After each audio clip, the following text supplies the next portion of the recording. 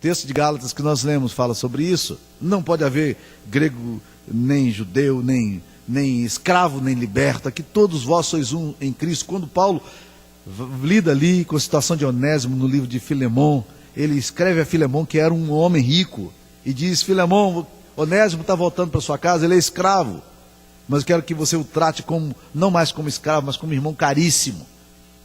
É interessante que agora o Espírito Santo vai se derramar sobre quem? Servos. Ora, mas servos têm alma? Os romanos diziam que não. Servos eram mercadoria. E agora o Espírito Santo vem e diz: não, para aí, eu vou também me derramar sobre essas pessoas que nunca foram vistas, nunca foram percebidas nessa sociedade. E o Espírito Santo aqui agora vai desfazer aquela grande barreira. Meus irmãos, a gente está aí vendo o Caminho para a Índia, né? Novela aí da Globo e assim. Eu acho interessante que em alguns momentos chega quase a uma exaltação da religiosidade indiana. E se é uma religiosidade absolutamente complicada, é a religião indiana. Os aspectos negativos não têm sido mostrados na Globo, infelizmente. Mas, meus queridos irmãos, o sistema do hinduísmo, ele é baseado em castas.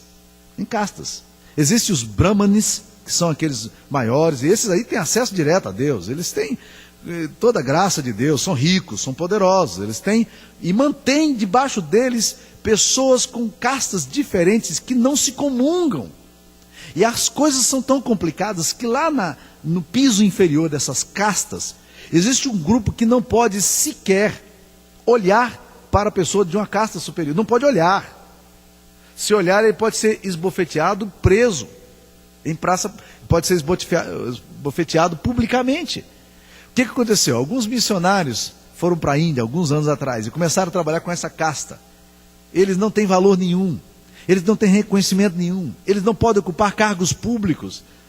Por mais inteligentes que sejam, eles não podem ir a uma universidade, não podem ir a determinadas escolas, por causa do sistema de casta.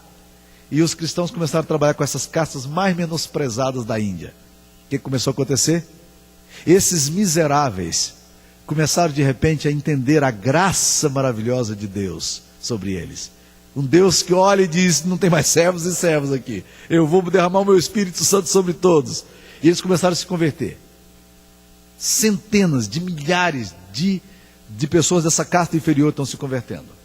O resultado: há uns 5, 6 anos atrás, alguns missionários foram assassinados brutalmente, porque eles estavam tirando tantas pessoas dessa condição de miséria religiosa, e estavam falando para eles da dignidade deles em Jesus, e eles se convertendo a Jesus e se sentindo livres para poder viver. Meus amados irmãos, o Evangelho está nos dizendo isso aqui, que o Pentecoste veio e disse: eu vou me manifestar sobre servos e servas.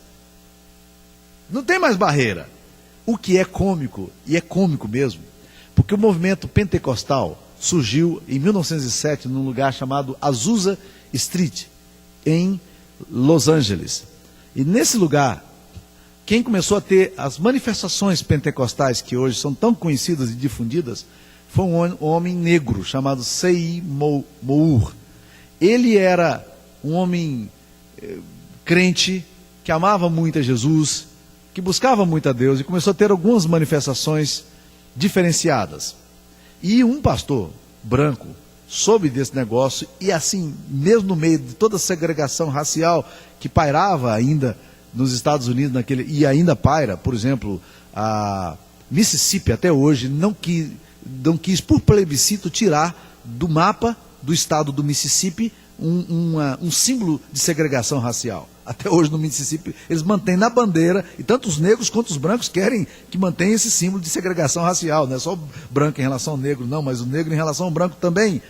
Agora, o que é interessante é que esse negro agora começa a ter algumas experiências, e esse pastor se aproxima dele, tentando descobrir o que estava acontecendo. E ele também começa a experimentar uma coisa muito nova na alma dele, uma presença de Deus muito diferenciada no coração. E ele o chama para estar num grupo, numa reunião que eles tinham, que eram só de pessoas brancas. E o C.I. Moore não podia entrar dentro da casa onde eles estavam, ou dentro do seminário, e ele ficava do lado de fora. Então o pastor colocava uma cadeira para ele do lado de fora, porque ele não podia entrar e estar dentro. E o Espírito Santo derramando a graça dele em cima daquele povo, quase que ironizando, ridicularizando dessa postura absolutamente segregacionista que nós muitas vezes estabelecemos. O texto está falando, meus queridos irmãos, que em Jesus não tem liberto, não tem livre. Todos vós sois um em Cristo Jesus. Agora o texto aqui também vai nos falar sobre uma outra coisa, outra barreira que nós muitas vezes estabelecemos. O texto aqui nos diz que Deus também elimina o conceito de que existe um grupo que é especial sobre outro grupo.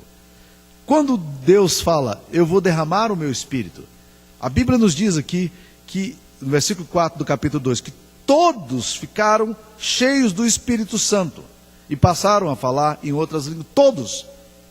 Aqui tem mulher, aqui tem escravo, aqui tem livre, aqui tem homem. Mas uma coisa maravilhosa para mim aqui é que são todos. Por que eu estou falando isso? Porque há um conceito meio implícito, meio velado. Não se diz muita coisa sobre isso e ninguém quer tocar nesse assunto, nos meios evangélicos inclusive. Mas a sensação que eu tenho é que existe uma percepção um tanto quanto gnóstica na nossa espiritualidade, que diz o seguinte: alguns especiais, algumas mulheres especiais, alguns profetas na igreja, alguns pastores, eles são ungidos. O texto está falando o contrário. O texto está falando que a unção é para quem? Para todos. Deus não diz assim, ok, Pedro aqui vai ser ungido, esse aqui também vai ser ungido, Tiago vai ser ungido. Não, o texto está dizendo aqui que todos. A manifestação da bondade de Deus é para todos, não há distinção religiosa, não há distinção mística para ter essa relação com Deus. Não existe essa coisa de competência espiritual. Essa coisa tão implícita que muitas pessoas me procuram e dizem, pastor, ore por mim, porque o senhor tem assim uma coisa com Deus mais especial. Irmãos, isso não admite lugar nas Escrituras Sagradas. O que a palavra de Deus nos diz é o seguinte, que todo que invocar o nome do Senhor será salvo. O que a palavra de Deus nos diz é que se nós nos quebrantarmos e buscarmos a Deus, Deus vai nos ouvir. Nós não precisamos correr atrás de homens sagrados, de mulheres sagradas, para experimentarmos aquilo que Deus quer nos dar. Não, Deus tem para nós. Deus tem para aqueles que o buscam. Deus tem para aqueles que se aproximam dele. E o texto nos diz que vem um vento impetuoso sobre esse povo e todos ficam cheios do Espírito Santo. Os cultos modernos se baseiam muito nessa adoração do eu, nessa divinização do eu. A filosofia do Zen budismo afirma, tu és aquele, ou eu sou Brahma, referindo-se a uma divindade. São pessoas que tentam encontrar Deus dentro de si mesmas. Quando na verdade a Bíblia está dizendo, não, a coisa vem do alto, é o Espírito Santo sendo derramado. E quando o Espírito Santo é derramado, as barreiras se desfazem. Não existe ninguém superior ao outro. Deus quer falar com todos e abençoar a todos. Uma sexta barreira é que o Pentecostes desfaz a barreira da comunicação entre pessoas. Porque o texto nos afirma, nos pergunta aqui no versículo 8, porque tem povos de diversas culturas, medos, partos, elamitas, mesopotâmicos, judeus, da Capadócia, Ponto, Ásia, Frígia, Panfilha, Egito, regiões da Líbia, imediações de Cirene, romanos, todos que estão ali. O que acontece nesse momento? A pergunta deles é como que nós os ouvimos falar na nossa própria língua materna. Eles estão boquiabertos porque eles percebem que Deus está falando a língua deles. Deus está falando a linguagem deles. Aqui, meus queridos irmãos, nós temos o reverso de Babel. Gênesis capítulo 11 nos registra a experiência de Babel.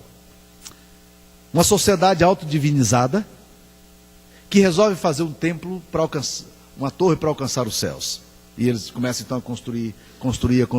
E no meio da construção, desce sobre eles um espírito de confusão. E eles começam a não conseguir se entender mais.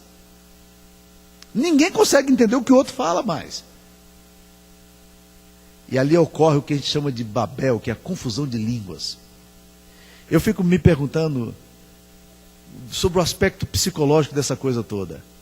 Porque a tristeza da gente é perceber que tantas vezes nós falamos a mesma linguagem e não nos entendemos.